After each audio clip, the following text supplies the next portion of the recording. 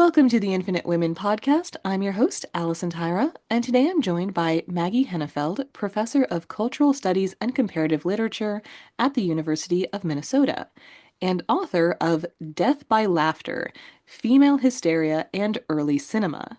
Maggie is also affiliated with the Women Film Pioneers Project, which regular listeners will recall I discussed on a previous episode with Kate Saccone. Maggie is here to discuss women's laughter and film and how the archives of feminist film comedy can help inspire creativity and resistance in our political culture today. So, why don't we start with the early years of film? Because obviously, Charlie Chaplin is far from the only silent era comedian that we should know about. Truth. Slapstick comedy was the most popular genre of cinema, if not entertainment. In the early years, we're talking way back over a century ago, late 1890s, early 1900s. And one of cinema's primary audiences was not just women, but working class women. So they hungered for not just comedy, but feminist comedy, rough and tumble slapstick comedy. And film performers often came from like vaudeville, from the music hall, from the circus, and they weren't credited in films. So some of the funniest screen comedians of all time, we don't even know their name. And I am obsessed with a French comedian from the early 20th century named Leontine. That was the name of the character she plays. She's like 10,000 times funnier than Charlie Chaplin. I said this in my BFI Sight and Sound poll and got lots of like hate DMs on Twitter or X or whatever it's called now. I deactivated. I'm on Blue Sky now. But I digress. Leontine is a wild child. She's like a woman in her mid 20s playing a kind of adolescent, maybe young teenage tomboy who's a total miscreant. In every episode, she just destroys everything. So she acquires an electric battery and electrocutes the local police department. And it was a comic series, a little bit like a sitcom form. So, she can blow up the world in one episode and then everything sort of restarts to normal by the beginning of the next one. And the finale of her series, there were 24 installments made in southern France from 1910 to 1912. She simultaneously floods and incinerates her house. Her mom has gone out of town and tasked her with babysitting her little brother and their dog, both of whom she loses. And she places an ad in the paper, and people just bring all of the orphaned babies and stray dogs to in the neighborhood to her house, which is again flooded and on fire. And that's where the Leontine series leaves us. That's how it ends. It was banned in the US because there are all of these like moral reformists trying to clean up the industry and only show films in which women are, like polite and humorless or maybe sexy, but certainly not demonically comedic and destructive like Leontine was. But we don't know the name of the actress who plays Leontine. I was involved with this DVD curating project called Cinema's First Nasty Women, which includes 99 archival feminist silent films made through like the entire silent era and internationally from 1898 to 1926. That's the chronology of the DVD set. And we had the majorities are comedies. A lot of sort of lowbrow, rough and tumble slapstick comedies in which, nursemaids wage a general strike. Angry housemaids just break all of the dishes in the kitchen. Suffragettes beat up the police department. These films were incredibly political and they were absolutely wild and explosively popular among audiences at the time, but particularly working class women spectators who just wanted to break loose and have fun and be politically inspired by cinema. I know you're a big stand-up comedy fan, and obviously I am too, but I often don't see that destructive, irreverent impulse in popular feminist comedy today. There's been this sort of killjoy turn, maybe epitomized by Hannah Gadsby. And even though a lot of feminist slapstick comedy is absolutely filthy and obscene in a really like, I don't know, energizing, feminist, boundary crossing way, It's not as wild as feminist comedy was during the silent era. Women in these films were just so free in a way that I find really galvanizing and inspiring for our politics in this moment, right? Amid, like, apparently we live in a fascist authoritarian manosphere. So we need these nasty women to come back and break all the dishes in the kitchen and beat up like ICE officers and the Doge task force. So I find the archive inspiring, and I find it also shocking how these women have just been written out of history. They were globally popular, and now culture has just long forgotten about them. While somehow we're still not over Charlie Chaplin, who's like pretty good, but he's no Leontine. I just want that to be your quotes, like when they put up like nice review quotes and stuff, and it's like, he's fine, he's just no Leontine. I will live and die by those words, suffer through all of the hate mail involved. And a major issue that we see across the 20th century and even today is treading a line between humor and what is considered acceptable femininity. So you're balancing being funny with being likable, not crossing over into annoying. Maybe you have to be graceful, attractive. Like, obviously, not everyone, but this is a very common recurring theme.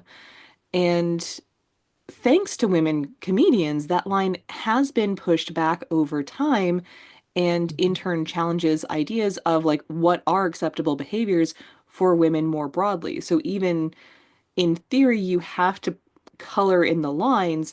They are pushing those lines further and further out for everyone.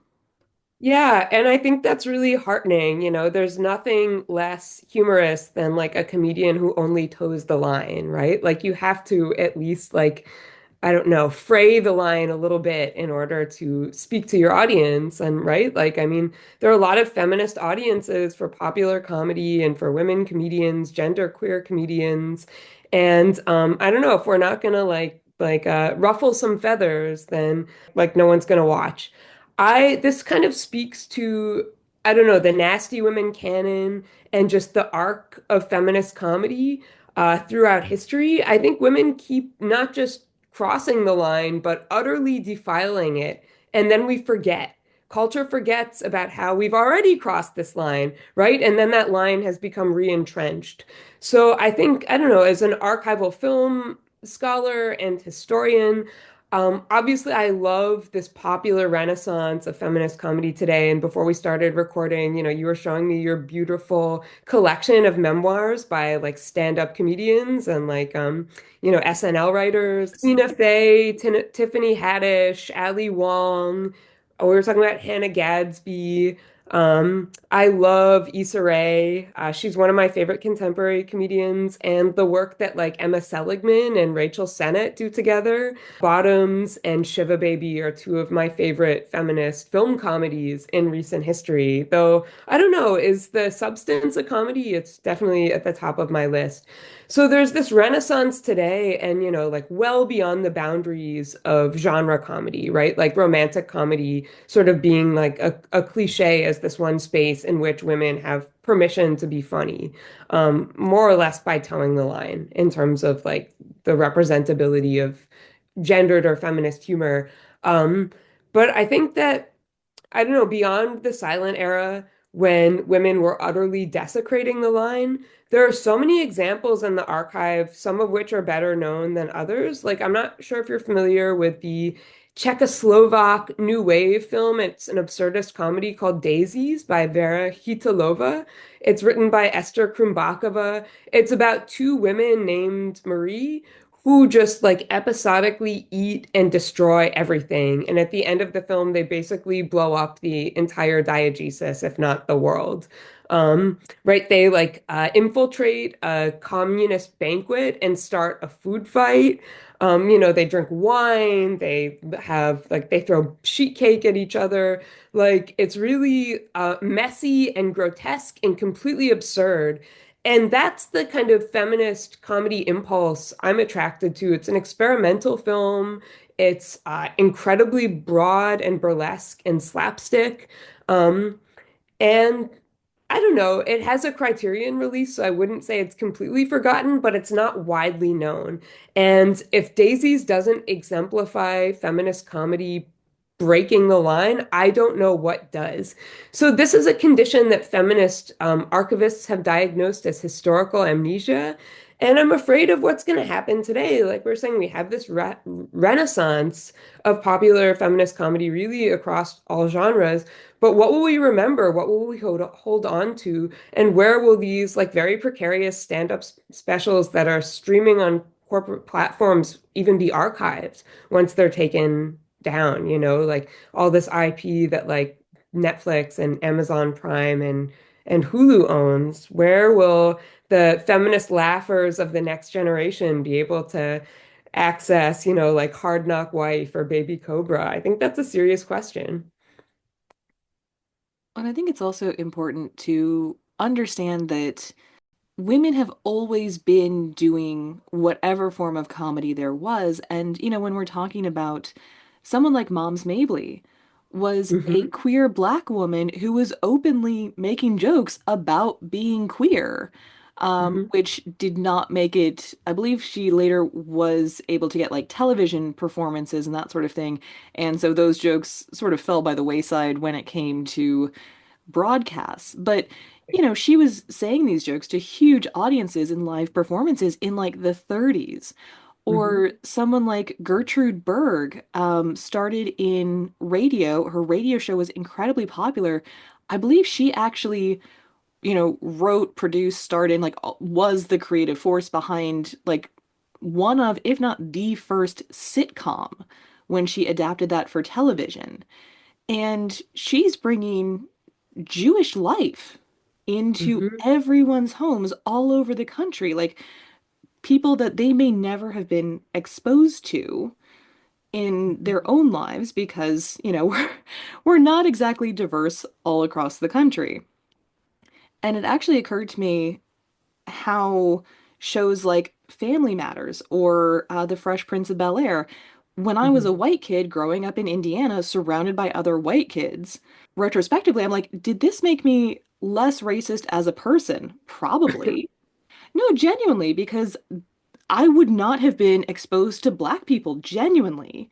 Hmm. In Wow. in my community, I would not have been like I wasn't friends with black people, not intentionally, but just because I was surrounded by other white kids. Hmm. And so that issue of, the empathy gap where we have trouble relating to experiences of people who are not like us. And a lot Hmm. of bigotry is founded in that, including misogyny. Hmm. Hmm. And the best way to close the empathy gap, as far as I'm aware, is to be exposed to other people's stories. And maybe not so much slapstick where they're accidentally burning down and simultaneously flooding their house. But so much of stand-up, and obviously like sitcoms, like narrative storytelling, narrative comedy, is Hmm. about storytelling. Hmm. So I just feel like there's always been this power of comedy to close the empathy gap and make us more accepting people, unless you're one of those guys who's like, women aren't funny, so I'm not gonna watch anything by women. Yeah, there are a few of those guys on the internet and in the world these days, and they've been radically emboldened in recent years, which is unfortunate. I like how you bring in the empathy gap, and thank you for mentioning Moms Mabley, who I feel like maybe more listeners and comedy fans today are aware of, partly because of Whoopi Goldberg's evangelism for Mabley's career. I mean, Well, Goldberg produced this documentary about Moms Mabley, and Bambi Higgins, the scholar, has also written a number of articles about Moms Mabley. did Wanda Sykes play her on The Marvelous Mrs. Maisel as well? Yes, she did. Also, that show, which I'm honestly not the biggest fan of. I think it's like a little precious, but that's, this is gonna take us in a completely different direction. And you were talking about the empathy gap, so I'm gonna try not to be a hater. But I think that comedy can do a lot of different kinds of work. I mean, I think there's this really fierce impulse in feminist comedy today to like fuel the resistance against the magosphere, the manosphere. But misogyny also wears all hats, like much multiple hats, much like comedy. So I think that using comedy as a vehicle for building empathy, solidarity across identity-based differences is really important. And I think mainstream culture can really do that work. Like, I mean, you're mentioning kind of like 80s, 90s network era sitcoms, many of which I also grew up with, watched as a child. I had a very different cultural experience coming of age in Brooklyn, New York, but I'm pretty sure Brooklyn is more diverse than Indianapolis suburbs, I would wager so. I would wager so. especially 30 Um, years ago. yeah. I mean, I think that identity is so sticky. After the first election of Trump in 2016, there were sort of these multiple contradictory impulses in comedy culture. I mean, one of which was like appropriating the slur of nasty woman as a kind of feminist rallying cry. And that was not so much about like filling the empathy gap as it was rising up in protest against the global resurgence of violent misogyny and violence against women that like Trumpism had emboldened. And that was what we were trying to tap into by going back to the early 20th century slapstick archive with the Nasty Women Project. But you also saw shows like I'm blanking on the title. Sarah Silverman had a Hulu show where she sort of like traveled around to red states and try and like kind of like lightly humorously tried to establish cultural common ground with Trump voters to sort of like lower the temperature and transcend the culture wars. And W. Kamau Bell had a similar kind of shtick on United Shades of America. And I think that was commendable. I'm not exactly sure that it accomplished what it set out to.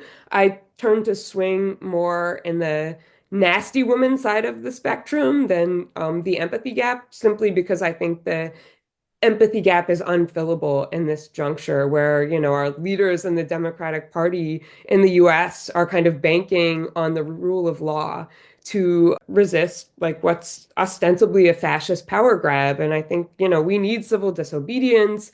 We need protesters to show up outside of the Supreme Court, outside of like ICE detention centers. And I don't think the empathy gap can do that work. But I think the 90s were different historical moments. And I don't think we should abandon empathy in comedy either. I just think that it doesn't go far enough, especially when we're talking about the kind of politics of representation. But I do also think that sometimes there's too much of an obsession about micro identity and power politics in stand-up comedy. Like if the stand-up comic you subscribe to or, whose podcast you listen to doesn't like perfectly represent your minoritized identity to a T, then you have no time for them. I think that that has limitations as well, and we really need solidarity across differences, in addition to anti-fascist laughter. I think fundamentally, if you want to close the empathy gap, the person in question has to be open to it, right? So, like when we're talking about guys who have just decided women aren't funny, so they're never going to go see a woman doing stand-up. They're not going to see a female-led comedy movie because they don't want to close their empathy gap. And so I think that's sort of the biggest barrier there is if you build it, they still may not come because because of their biases. So I guess that brings us to the question of why are so many men threatened by funny women? Comedy is about power, right? Like comedians are loud, they assert their voice. Comedy is about toppling hierarchies through mockery, right? Through tendentious laughter. And I think, it's why women are marginalized from politics, why women are marginalized as filmmakers or cinematographers. The patriarchy doesn't want to cede power. They don't want women to have a voice, and comedy is a platform for rising up, right? And articulating your values, your perspective, asserting your power, taking up space. And I think that the patriarchy, among its many talents, is very invested in gatekeeping. And comedy is a locus of the culture wars today, for better or for worse. I think that women need to also show up for other female comics, feminist comics, and we can't, we can't always count on. I think women historically, sociologically, and there are like many demographic surveys sort of bearing out this point that women are more inclined to like. I don't know, attend, let's say, like a stand-up show featuring only male comics and to laugh out loud, in support of the comedy, like, affirm that it's funny than the other way around, right? Like I went to a local comedy show in the Twin Cities and there was only one woman comic, like three or four dudes. And there was this guy who was like a stone face through the like woman comics whole act. And she was really funny. She was brilliant. I thought she was, maybe I'm biased, but I'm not biased when I say she was like, her material was just much stronger than any of the male comics in the room. And like this guy like clearly came in with an agenda. And she tried to do some crowd work and sort of call him out for his like, I don't know, like really aggressive stone face. And he was just like not playing ball. I found it offensive, but I don't know. Maybe like that's another that he had issues he should have seen his therapist about. I actually was having a go at stand up just for fun, doing open mics. Not something I ever wanted to pursue professionally because that is not a lifestyle that fits with my personality. So I was going to all these open mics, and the main one that I went to was an all female slash femme slash, non-binary. It was pretty much, if you're not a cis dude, you're welcome, right? Because there are so Mhm. many cis dudes in all the other open mics. And the one time I went to an open mic that wasn't run by these organizers, because they also had a gender neutral open mic. So they did each of those every week. The one time I went to a different one was the only negative experience I had that whole time, whether as an audience member or as a performer. Hmm. And what I found was that the rooms that these women had organized, because Hmm. they don't control the audience, but the audience was so much more supportive. So, like Hmm. the other one, the organizer himself was just a jackass. Nice. Um, but the same material that did well in this room completely bombed in this other room to the point that I just said, this clearly isn't working, so I'm just gonna sit down. Like I just didn't have any interest in continuing to stand there while these other comedians who were also performing that night just were not supportive at all. Like they were very judgmental rather than supportive, was what it felt like. And keep in mind, Yeah. what you were saying before really resonated because, particularly at the open mic level, women would get up there and they would be prepared, right? They had material memorized, Hmm. they had clearly rehearsed what they were going to do. And then a guy, so that room where I bombed, this guy literally gets up and starts talking about how his fingers look like dicks. That was his entire bit. That was literally all he had was just variations on how his fingers looked like dicks. And did he get a laugh? The audience was into his I dick don't jokes. remember. I was just so stunned, I think. Like I couldn't process that this was happening. Like Hmm. and Oh my And God. and when I say the organizer was a jackass, I mean that like when I was performing, he had the door to the main bar area open and was like talking loudly, like a few feet away from where I'm trying to do my set. But also then another woman who performed that night, she had to leave to go do another set, and he's on stage calling her out for leaving as though it's her fault that his room is so poorly attended that one person leaving is so noticeable. And That's it was such a different outrageous. dynamic.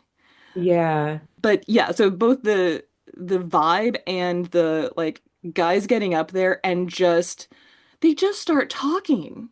And you're just Hmm. like, why did someone give you a mic? Yeah, I mean, there's this idea of like white dudes, their identity is unmarked.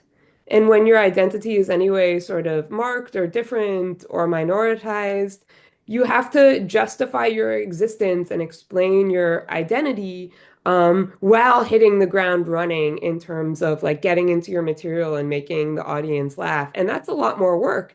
And even when you do all that work, and right, this is why a lot of stand-up humor, especially at like, open mic level or amateur level, is tends to be very like identity based, self-deprecating, even confessional. Like Joan Rivers used to describe her stand-up as a form of self-therapy, right? And her and her humor was often viciously self-deprecating. Um, and that, I mean, it just, there's so much more kind of preparation and agony and risk involved in that degree of preparation. Whereas, like, yeah, it must be really nice just to like be able to tell lazy, like phallus jokes and have that be enough, you know? It must be nice, but also like holding the bar a little higher, even if not every audience is into it. It's also quite generative, which maybe explains why women are so much funnier. Yeah, you have to work twice Yeah. as hard and be twice as good to get half as far. Exactly, exactly. And that's why we have this flourishing of feminist humor today. And it's going to sound a little bit glib, but everyone basically has their own like individually catered micro demographic. Everyone is a demographic of one according to the Netflix or the YouTube or the TikTok algorithm. But the flip side of that is that it makes it easier for the right comedian to connect with the right audience even if that audience is sometimes more niche, it's like better than not having an audience at all, right? Like the magic of the algorithm.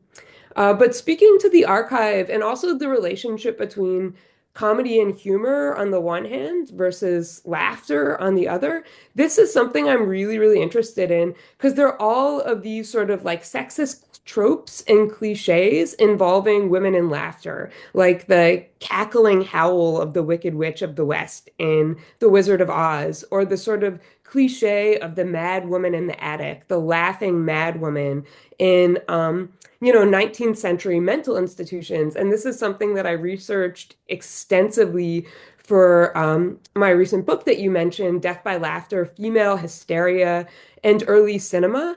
Laughter that's disproportionate, that goes too far, that it exceeds the joke or is provoked by I don't know, no like seemingly no cause whatsoever. Like what is the laughing mad woman laughing at, right? Like not a joke, right? Not a stand-up bit. And that kind of laughter is often pathologized.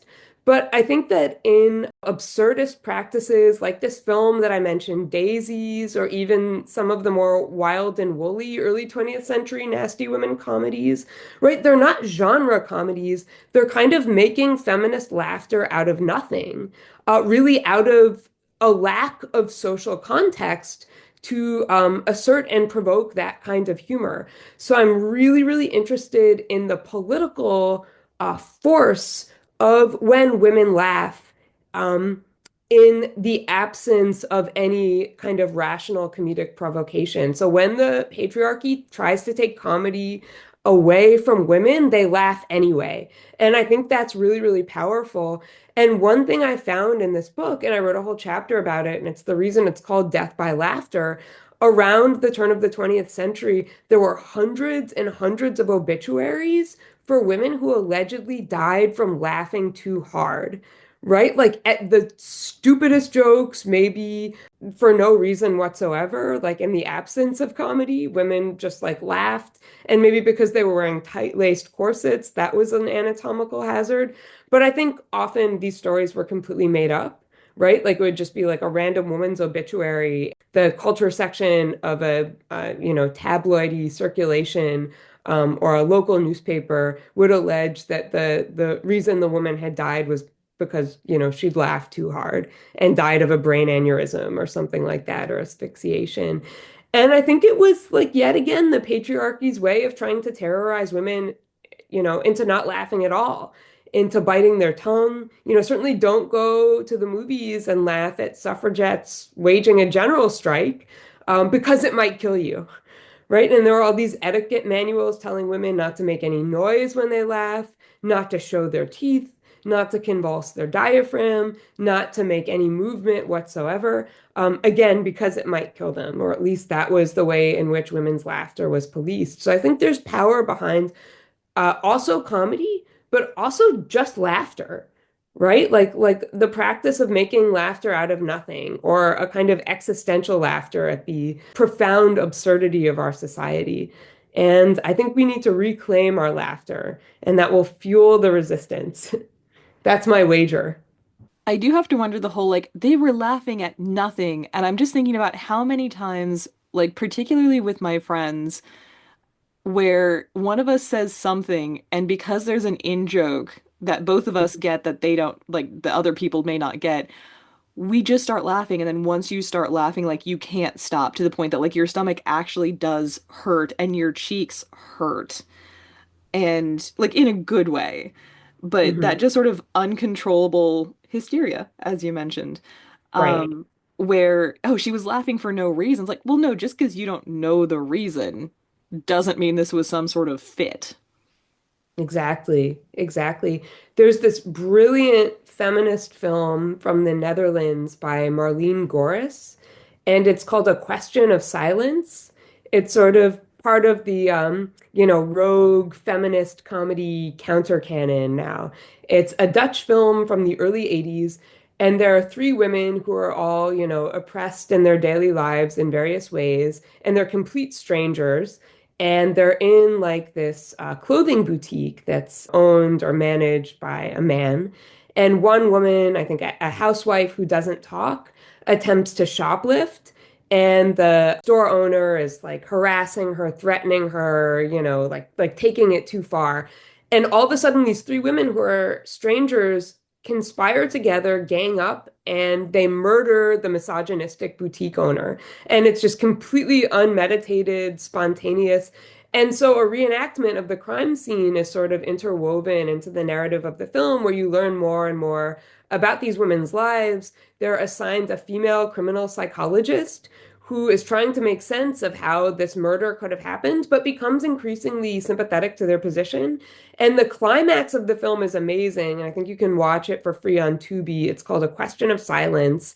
The women are in the courtroom, and the male judge is kind of interrogating the female criminal psychologist, trying to make sense of how this happened. And he makes the absurd claim that the trial would be no different whatsoever if it had been three men who spontaneously murdered, a woman, a female shop owner.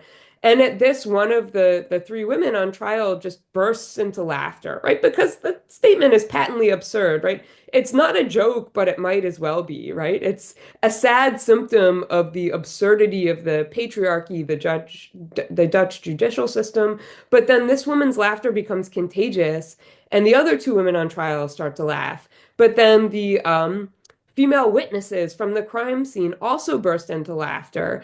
And so does the criminal psychologist and, the stenographer and all of the other women in the courtroom, sure enough, burst into spontaneous, contagious laughter that they have to be, like physically ejected from the building.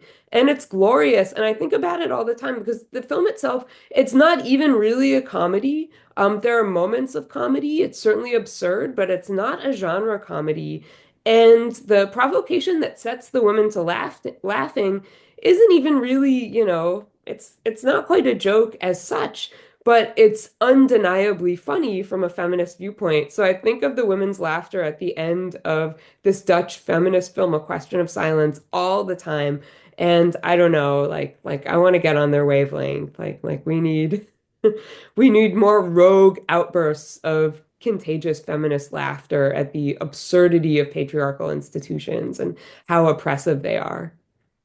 Well, I think we're touching on a couple different areas with this. So first off, you've got an in-group with shared communal views, right? So all the women are together in this. You've also got the women get the joke and the men don't. And so Hmm. maybe they feel excluded, and because they don't understand, that makes them anxious.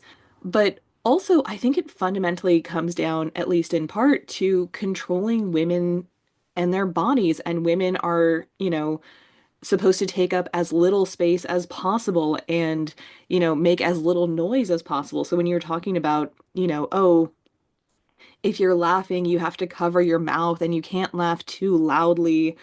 And it's just that whole vibe that women shouldn't even be here. And if you're going to be here, you need to be quiet and make yourself Mhm. as small as possible. And if you don't, whether that's by telling jokes or by laughing, then you are in the wrong. Hmm. Hmm. And that's why, like women who laugh are often pathologized as hysterics, evil, demonic, mad women, sociopaths, from a sort of humorless viewpoint that denies the absurdity of the patriarchy, to go back to a question of silence. If a tree falls in the forest, if someone tells a feminist joke and only humorless misogynists are there to hear it, uh, its comedic value is negated. And so women are accused at laughing at frivolities, and that becomes a sort of pretense for silencing them, right? So they don't take up space. So their laughter can't be heard, so it can't make a ripple, right? Because that's what comedy does politically. That's why there's political value in popular humor, because it breaks something, right? It changes social values, it changes beliefs. Comedy has that power. That's what's at stake in pushing the envelope or crossing the line. So, not just censoring humor, but muffling the laughter that amplifies it is also a way to gatekeep, take feminism out of popular comedy. These things are related. I think that, laughter has a vitality of its own beyond comedic representation, but obviously these things are inextricably related and intertwined. So I think we have to fight this battle on all fronts, right? Make laughter out of nothing, like just like occupy public spaces with our Medusan antics as Leontine-esque nasty woman miscreants, but also infiltrate popular genres of comedy and not be afraid to bomb at an open mic night, especially when, the material is funny in the first place. And Yeah, no, in the right room, that material killed. So that was I very bet. much. But if I had not been in a situation, and this is where I feel like it's such a gaslighting Hmm. situation, if that had been my first experience, or if I was only doing rooms like that, because there are so many rooms like that, then I would Hmm. have thought it was me. But because I had that more supportive environment, that's why I knew, like, this is not me. It is you. And that I think is what is so important that a lot of women don't get, especially when they're starting out. Yeah. Stand-up open mic nights like are terrifying for everyone. I teach comedy classes at the University of Minnesota, and sometimes my students will do open mic nights locally, and they'll go as a group and they'll support each other. I do make them do stand-up, so open mic morning in the classroom, which is another story. But they like repeatedly describe it as terrifying. There's a really brilliant feminist comedy scholar named Stephanie Ann Brown, who she did her PhD at University of Illinois in Urbana-Champaign, and she wrote her dissertation, which I think soon will be a monograph on amateur women comedians in Illinois doing field work, interviews with women who participate in open mic night, or like really try to make a go of it in stand up, but also like, well, working a day job, maybe multiple jobs, parenting, doing housework, reproductive labor, etc. So she's really focused on all of the kind of material and ideological barriers that exclude women from comedy from the get-go, right? Like, let alone, comedians who end up getting their own Netflix special, like just, yeah, like women who want to express their voice through that format, and all of the, endless hurdles that prevent them from doing so, everything from shouldering the burden of care work in the home to just like giving it a go and being fucked with by a hostile audience, and then that's that. So I think, yeah, keep an eye out for Stephanie Ann Brown's book. I think it's gonna make a splash and everyone should read it and be emboldened by it. So One of the most powerful things that I've found with humor is that it enables us to talk about difficult topics because, we've mentioned Hannah Gadsby. One of the things I love about her show Nanette is that the Mhm. whole structure of stand-up is building and release of tension. And that was a big theme in Nanette. From my perspective, it seems like people's capacity for tension is higher when they trust that you're going to release it. So, my theory is that they're actually more open to hearing about things like mental health, disability, politics. And so we see a lot of, comics talking about, yeah, so it turns out I'm autistic, or it turns out I have bipolar, or, whatever it is. And they can talk about these things in a very vulnerable way because the audience has ideally made themselves vulnerable to hearing it. Hmm. Hmm. Yeah, and I think it can be a high wire act, especially when comedy gets heavy, when it deals with pathos. I mean, and the same thing for experiments in dark humor in absurdist cinema. But I think in stand-up in particular, right, a lot of comedians use stand-up as a way not just to talk about sort of fraught, difficult, divisive political issues, but also to deal with their own pain and trauma, which is really Hannah Gadsby's polemical intervention in Nanette. And I mean, I don't know, Maria Bamford has talked extensively about her depression and mental health issues in her stand-up. I don't know, comedians like Dulce Sloan, often talk about their experience of racism and misogyny. And I think it's an incredibly tight needle to thread. It's a high wire act because you have to handle these topics with such care and sensitivity while somehow still provoking laughter, which really involves kind of the opposite impulse, right? Like shattering expectations, being obscene, liberating topics that we think are generally taboo. Like, how do you tread with caution but also, explode social boundaries? I think it really takes a lot of experience and commitment and talent. I think that Nanette did really important work, but in some ways it's intervening against comedy, right? Because Gadsby starts with, I don't know, like more formulaic jokes, many of which she'd been telling for quite a long time. And then she gets into, coming out, her trauma, being gang raped, experiencing like social oppression and discrimination. And she, I don't know, kind of lectures her audience not to laugh at her pain. And, it's really like exploring the inadequacy of the joke as a form to deal with such like serious and painful and traumatic topics. And I think that's really interesting. And I think the intervention she's making in Nanette is really important. But I don't know. I think that there are limits to this sort of killjoy impulse in popular feminist comedy because we also need comedy to be silly and liberating, and just to kind of like allow us to play around with boundaries and to take a load off, right? The world really sucks right now. Our society is awful. It's incredibly scary. And at the same time, boundary breaking comedy is also a way to cope. If it's all like killjoy evangelizing against the inadequacies of humor as a form all the time, that doesn't leave us with a lot of outlets. And so I do think like I hold dear to comedy that can just be sort of playful and irreverent, even at risk of sometimes saying the wrong thing.